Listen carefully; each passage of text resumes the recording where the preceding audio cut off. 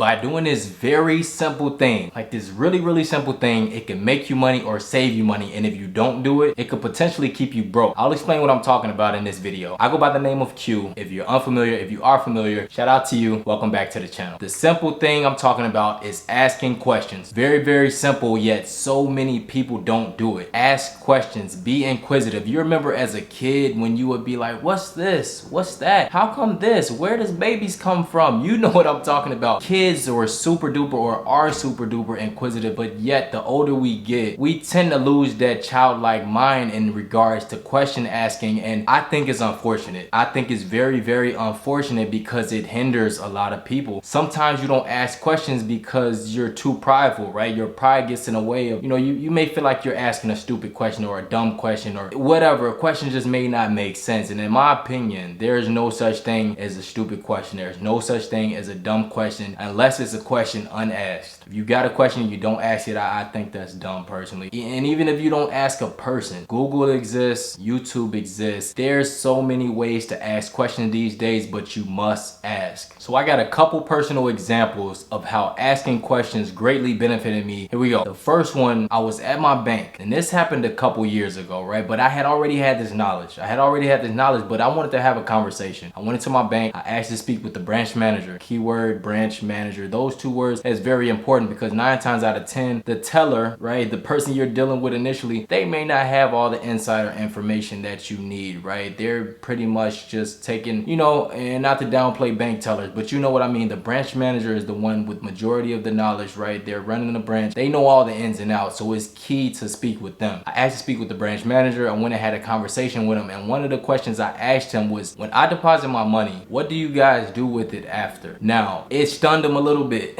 It stunned him. He took a step back and he was just like, and then he replied and explained exactly what they did with the money. And what's even funnier is after I asked him that and after he replied, he said, nobody ever asked me that. Nobody ever asked me that. And then he stood there for a second. It was like an eerie silence. And then I just smirked and walked off. That way I'm just collecting data at this point. I'm just collecting data in order to come up with some research and general ideas so that I can share them with you guys. The fact that nobody ever asked him that blew my mind. I'm not some type of special person. I just asked a simple question. It took 30 seconds for me to ask and him to reply. And in that 30 seconds, I garnered some information that had I not had it, it would have been brand new to me and it would have opened my mindset. So I challenge you to do that. Just go to your bank one day, request to speak with the branch manager and ask them, so with the money I deposit here, what do you guys do with it after? Simple as that. And they'll give you a response, right? If they care anything about your patronage, there's plenty of guidelines they have to follow, and at the end of the day, they work for you. Now, another question you should be asking is for a raise. Wherever you work, wherever you're employed to, ask for a raise. Only if you deserve it though. If you know for a fact,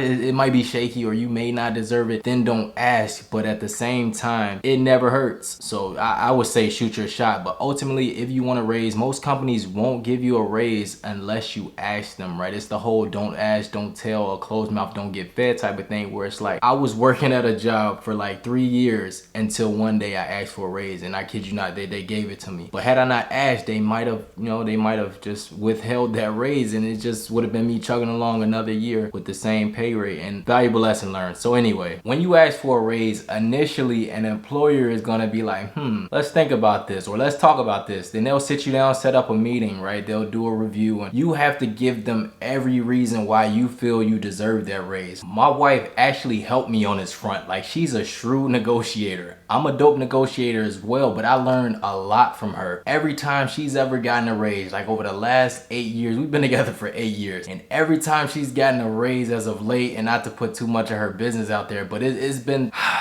it's been by thousands of dollars at a time annually, and it's just like mind-blowing. I'm seeing her make all these leaps. Okay, this year we go from here to 5,000 more, from here to 4, or here to 8, and it's like, how are you like how are you getting all these pay increases? And she pulled me to the side like, Q, you need to do boom, boom, and boom. So those things is super simple, right? For one, you want to keep your resume updated, right? If you're working in a W-2 job, you want to keep your resume updated, and you also want to do market research. So whatever field you're working in, for whatever company you work for, they have competitors. 9 times out of 10, they have competitors. So what you want to do is do some cross-referencing. Go check the pay rate and the compensation packages chances of every single employer that's a competitor to your company. Do it on the low. You ain't gotta be all loud and proud about it, but do it on the low. And when it's time to submit that to your employer, let them know, look, I do X, Y, and Z here. This company pays X, Y, and Z. This company does that. I think our rates might not be as competitive as you say. So if I was to do X, Y, and Z, what are the chances of me getting paid this much, right? That's another thing. You want to be certain. You want to be for sure, and you want to just be firm on whatever amount you're asking for. At the end of the day, if y'all meet in the middle and it makes sense, more than likely you'll get a raise. If not, then you know what you got to do. You know what you got to do. I've done this with my current employer, and I plan on doing this with any other employer I work for in the future, because at the end of the day, we all know they will only give you what you ask for, right? And I always say this, it's a little bit off topic, but don't let a company, a job tell you your worth. Yes, you have a value to that company because they have a bottom line. It's a dollar amount, but what you value yourself as is priceless. Never forget that. Okay, the last sentiment I'll share, and this haven't garnered me any return yet. I didn't get a dollar from it. All I got was a response, and I'm grateful. I asked this question a couple weeks ago, and that question was to the owner of my previous employer. I mentioned in past videos that I worked in the automotive industry for just shy of 10 years. I was working at a dealership, and the owner of that company, I literally called them. I gave him a call, sent him a text, and I asked him a question. Now, before I get to that question, I was really close with this dude. Out of the 10 years, just about 10 years I was there, on the last 3 years, I would say me and him got really close. Really close. I was damn near his right hand because I was always in his office doing stuff for him. Even when I left, even when I quit, put my 2 weeks notice in and left, he was still reaching out to me, seeing if I wanted to come back, trying to find new positions that I can do. And I was just like, yeah, no, I'm just not in that space right now. So, you know what I'm saying? We could still be friends. Don't get me wrong. We're still friends, but it just didn't suit me at the time. That only happens when you have a genuine connection, a genuine relationship. When somebody actually values the work you do, they're gonna call you back if you just take off on them. And you got to show that you value yourself. Like, it's never a bad thing. I actually respect people who has the power to walk away from certain situations. But again, I gave him a call. He didn't answer. I left a voicemail. He called me back 2 days after I gave him that call. And what I asked him was, how would you feel about being a guest on my podcast? Yes, I'm starting a podcast. I actually started a podcast. I'll give that information at the end of this video. But I asked him, how would you like to be a guest on my podcast? I think it'll be a really good look for your company, right? People look at CEOs and business owners, they wear suits every day. They're tall, in his case, white, like most CEOs are white males. And it's a way to deliver your message and show people that there's more of a human side to you. Like, you're not just a businessman. I know your life personally. I've been in your house multiple times. We talk and text all the time. We have a real relationship. So I think I can benefit you by having you as a guest on my podcast. And we can not only build further rapport, but we can also educate my audience on all the ins and outs of the automotive industry. This man has been in business for probably 30 plus years at this point. His family business as a whole is probably 40-50 years old. So he has all the knowledge you can think of. All the knowledge you can think of pertaining to new vehicles, leased vehicles, used vehicles. He runs a chain of automotive stores, and it's all luxury brands. I used to work for Infinity. He has BMWs, Jaguar, Range Rover, Jeep, Maserati, you name it. And what better way would it be to educate my people? Everybody know cars are one of the biggest wealth killers out of everybody. People finance them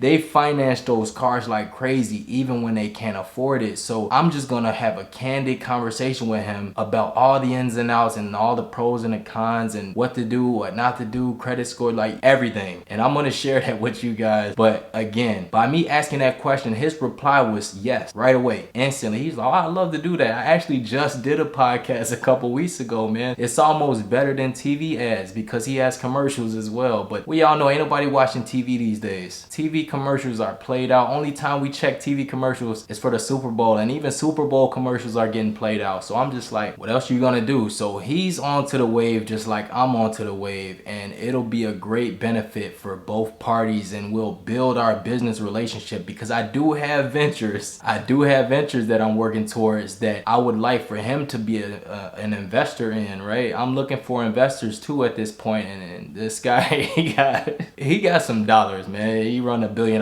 company. Let me just put that out there. He has money, and you know, more than likely we'll build upon that. But I'm not just, you know, trying to prod him to get whatever I want out of him, but I'm looking for the benefit for all parties involved. It'll be good for me, it'll be good for him, and it'll be good for the viewers and the listeners, right? So that's the last thing I want to share. And as far as that podcast, you can only view that right now. I have a snippet of the intro. Me and my business partner actually are doing a podcast that we'll be releasing really soon. But the only way you can get to that right now is by clicking that join button down below, becoming a member of the Q Crew, right? Join my accountability group where there'll be exclusive content, more one-on-one with me, and it's also a way to support the channel. Never forget, always ask questions. Stay inquisitive.